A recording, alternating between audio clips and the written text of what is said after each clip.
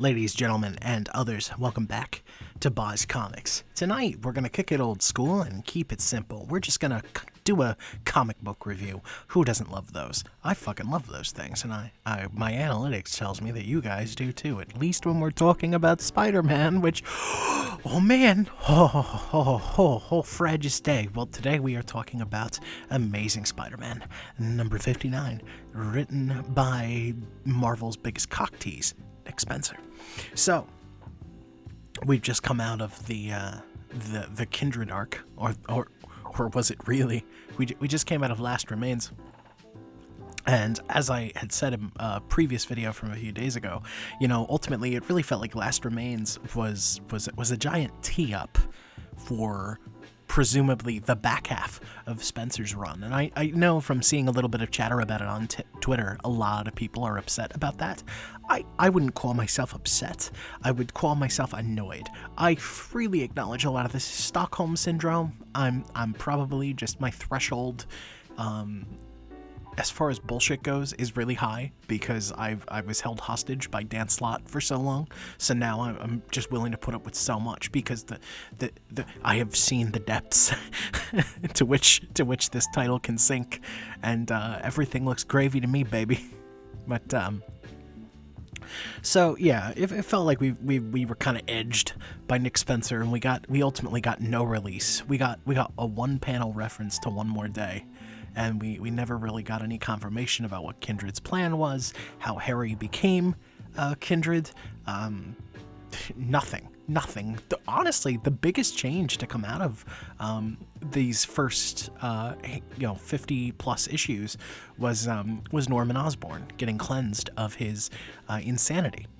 So that's and so far that's actually really interesting. I'm really hoping that's not a ruse. I actually think Norman Osborn redeemed could be like the greatest thing. Hot take, what if Norman Osborn stays redeemed for a very long time, if not outright permanently, and Harry Osborn goes on to become the new big bad of the Spider-Man mythos? I mean, like permanently.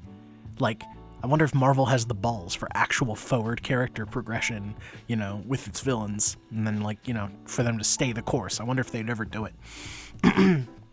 So, I was prepared to hate this issue because, while I wasn't terribly upset at the cock tease from earlier, I really did, I was like, oh, Mr. Negative, a villain I have never cared about. I still don't really care about Mr. Negative. I was annoyed, I wanted Kindred shit, and I feel like we got nothing. What the fuck is all this? But hey, it worked out, okay? Because Nick Spencer, just addressed a couple of my criticisms right off. I feel like right from the jump, I feel like everything that came before, but especially Last Remains, really was a tee up. I'm wondering now if it's not going to be a question of because we had all that build up, right? And I was like, oh god, so we're gonna get a whole bunch more filler, and then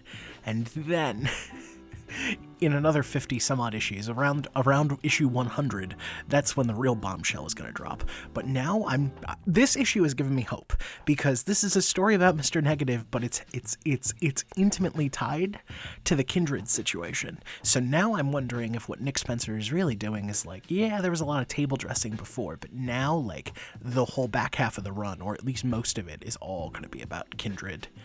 And the potential ramifications of Harry and what he's up to. So, short version of what's going on in this issue. Mr. Negative, who I believe was a Dan Slott creation, kind of a Jekyll and Hyde character, except if Jekyll was a spineless little bitch who had been beaten down and really just kind of became fully complicit in Hyde's douchebaggery. We find out that he is on the run now from Mr. Negative after having been separated from him in the wake of Sin Eater's, cleansing rampage in Sin's Rising and Last Remains and whatnot. So Martin Lee is separated. He's on the run. He's hiding out at Feast, which used to be Feast used to be, it's a homeless shelter, it's soup kitchen kind of situation that used to be run by Martin Lee. Aunt May took it over some point in the past, and so now like Martin is here, and he's like going back to Feast, and he's reached out to Aunt May, like, May, you were like a saint, and I'm in a really bad way, and I could really use your help. So Aunt May, of course, is like Mother Teresa. She's like, I don't care about what bad things you've done, Martin. You're obviously in a bad way. You're on the run. I want to help you because that's what the good thing to do is. It's okay. Forgiveness is possible, blah, blah, blah, blah, blah. We need more people like Aunt May in the world. And, meanwhile, as they're chatting it up, they are set upon by the demons, Mr. Negative's gang. This also turns out to be like part of like some machination between the Kingpin. The Kingpin is plotting something. Spider-Man is turned onto this plot by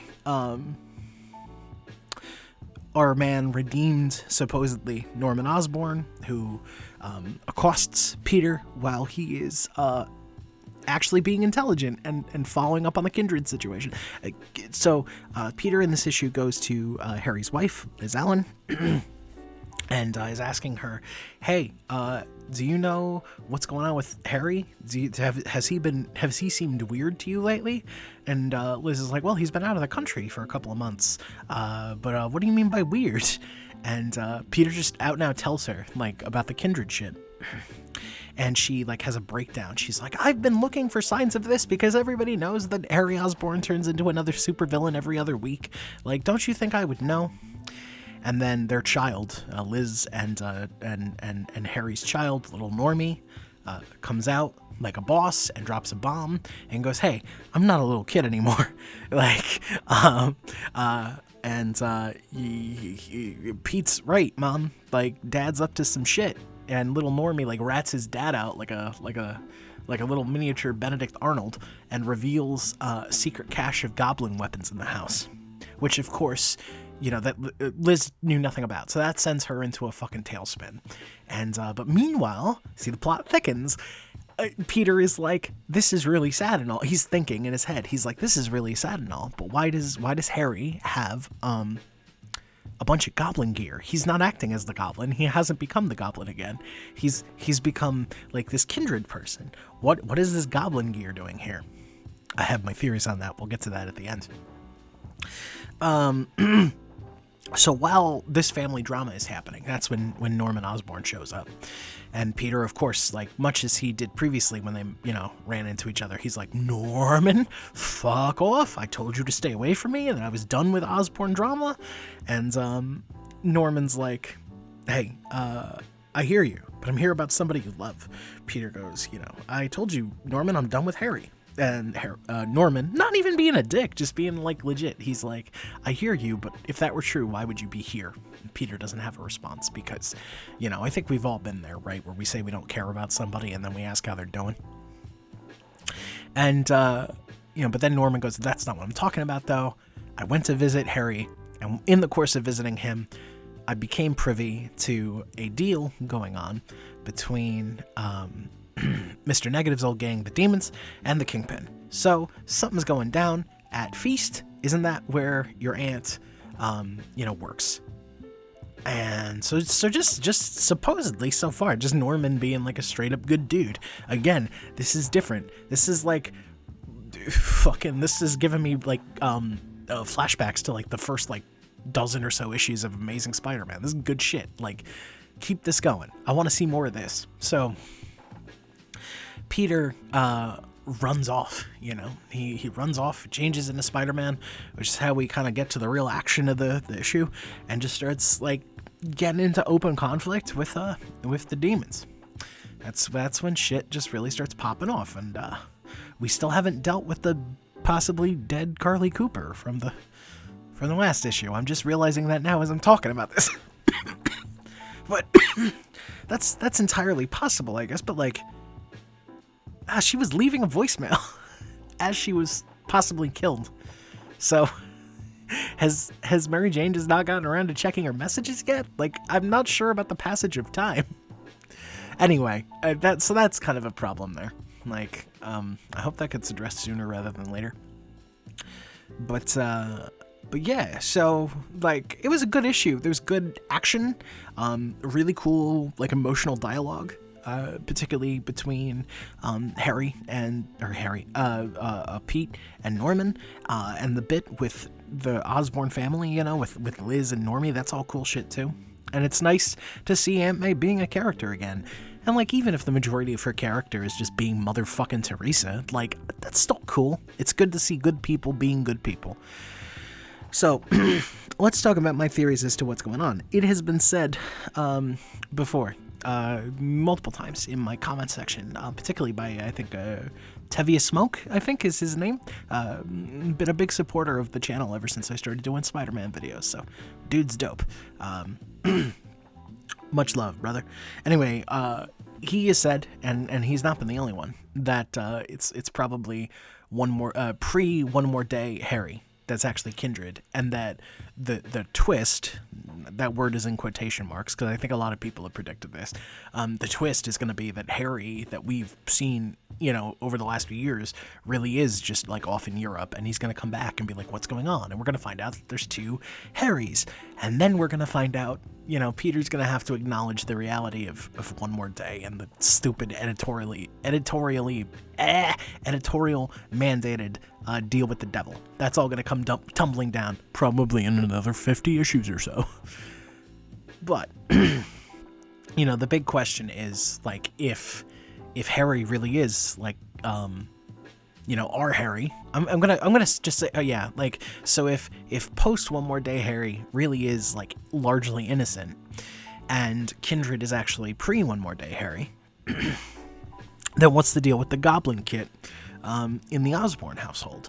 And I think the answer to that is gonna be, like, something like, when confronted about it, Harry is gonna say something about, like, wanting to protect his family, like, he wanted to keep that shit on hands because after, like, the trauma that they've gone through over the last few years, you know, especially that period of time where Norman got the Carnage symbiote and became the Red Goblin and, you know, abducted Normie and all that crazy shit was happening, you know, Harry, like, fell back on what he knew, and so he started amassing, like, goblin gear so that, like, if his family were ever threatened again, you know, he would just whip out some pumpkin bombs and, like, go to town. I know there's been at least one instance in the past where, like, Harry sans, like, goblin formula or whatever put on the goblin gear to, like, green goblin gear to assist Spidey in fighting the Hobgoblin. That was, like, back in the 90s. And then, like, Spider-Man had even said to him, like, hey, Harry, you know, you could be, like, a superhero, shit. And Harry was like, are you fucking nuts? I'm a grown man with, like, a family to take care of. What the fuck is wrong with you? And then Peter got really awkward and uncomfortable. But that was decades ago. So I'm wondering if this is something like that now, where, like, Harry, you think it's, like, this big villainous turn, but it's really just, like, Harry's like, no, I'm afraid. I'm afraid that, like, supervillains and, like, my crazy fucking piece of shit dad are gonna, like, abduct my fucking son or kill my wife. And, like, so, yeah, I know that I could just buy a gun, but why just, like, get a gun when I could amass an arsenal of pumpkin bombs and a high-speed glider that, like, fires razor boomerangs at people? Like, I'll tell you, I'd take option B. You know? So that's my prediction. The Goblin Glider is a red herring, and that the Harry that's, like, you know, living with Liz is post One More Day Harry, and that Kindred is pre One More Day Harry, somehow resurrected, and he's about to eventually shake shit up by dropping the bomb about one more day. We'll see if I'm right. But anyway, this issue is not bad. I was coming into it a little salty, and I actually really enjoyed it. If this keeps up, I'm going to be a happy panda. Anyway, I'm going to wrap this up. That's it for tonight's video. Thanks so much, guys. If you like what I do here, you can click the link down below and make a one-time $3 donation. Buy me a coffee. It would be so lovely, and I would love you so very much. But you can also like this video. You can subscribe, hit the bell for notifications, and you can share this video around with anyone who appreciates some good comic book reviews. Anyway, that's it for me. You take care of yourselves, and I'll see you tomorrow night. Bye-bye.